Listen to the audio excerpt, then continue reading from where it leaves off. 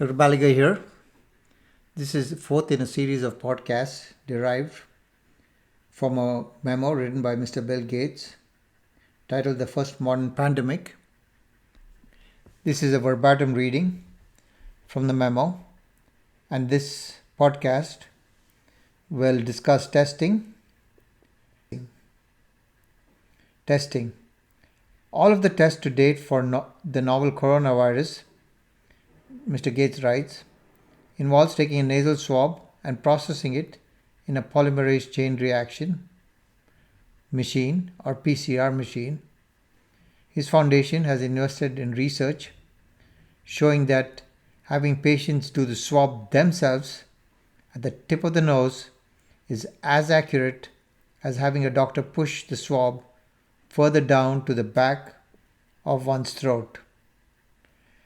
His grantees are also working to design swabs that are cheap and are able to be manufactured at a large scale but work as well as ones that are in short supply.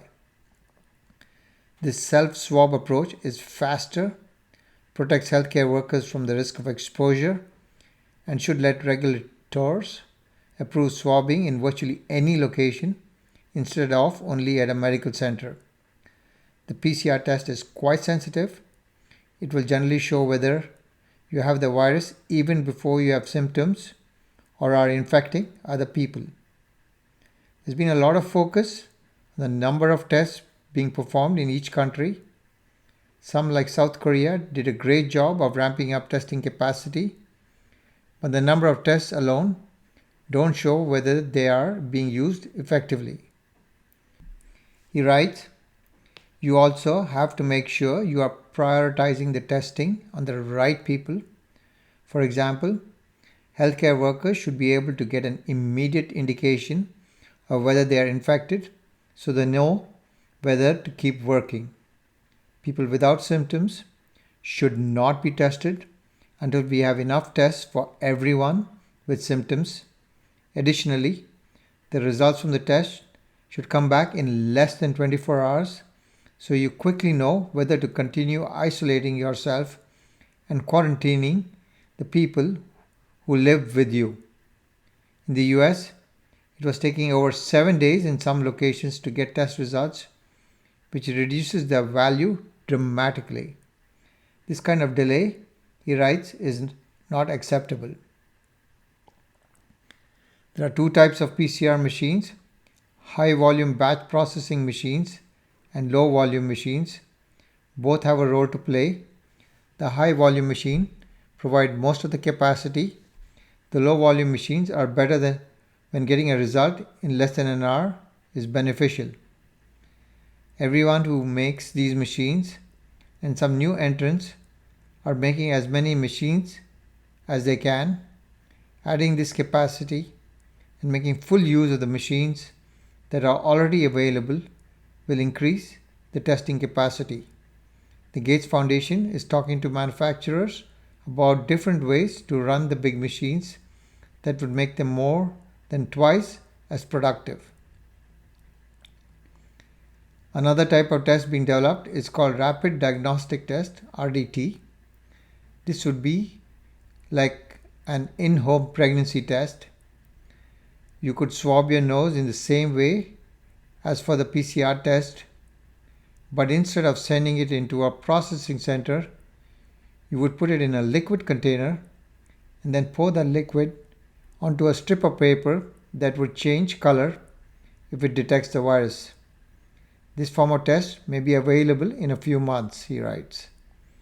Even though it won't be as sensitive as a PCR test, for someone who has symptoms, it should be quite accurate. You will still need to report your test result to your government since they need visibility into disease trends. A lot of people talk about the serology test, where you give blood and it detects whether you have antibodies against the virus. If you do, it means you have been exposed. These tests only show positive results late in your disease, so they do not help you decide whether to quarantine. Also, all the tests done so far have problems with false positives. Until we understand what level of antibodies is protective, and have a test with almost no false positives, it is a mistake to tell people not to worry about their exposure to infection based on serology tests that are available today.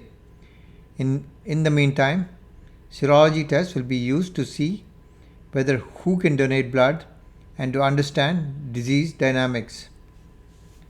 A lot of countries did a good job focusing on PCR capacity on the priority patients.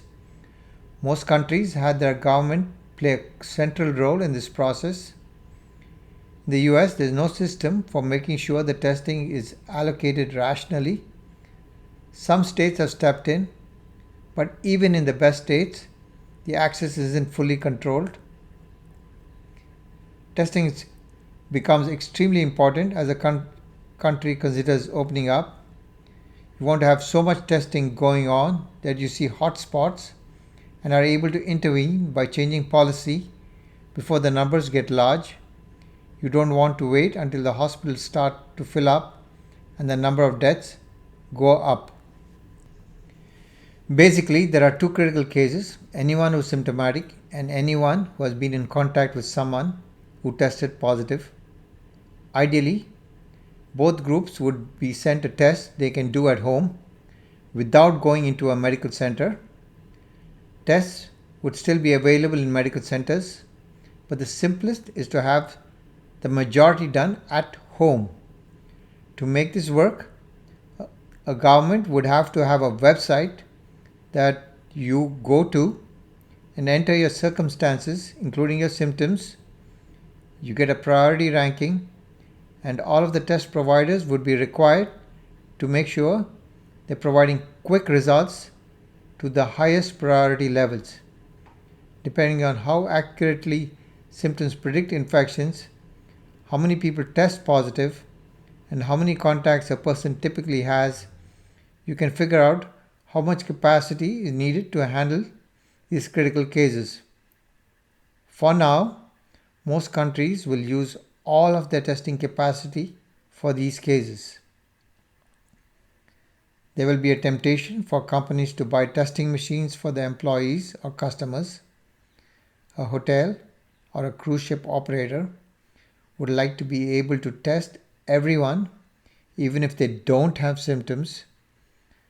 They will want to get PCR machines that give quick results or the rapid diagnostic test. These companies will be able to bid a very high price, well above the public health system would bid. So governments will have to determine when there is enough capacity to allow this. One assumption is that people who need to get tested will isolate themselves and quarantine those in their household. Some governments police this carefully, whereas others simply assume people will follow the recommendation. Another issue is whether a government provides a place for someone to isolate themselves if they can't do it at their home. This is particularly important if you have older people in close quarters at your house. This concludes this podcast on testing. In the next podcast, I will do a verbatim reading on contact tracing from Mr. Bill Gates' memo titled "The First Modern Pandemic," derived from his blog post available at gatesnotes.com.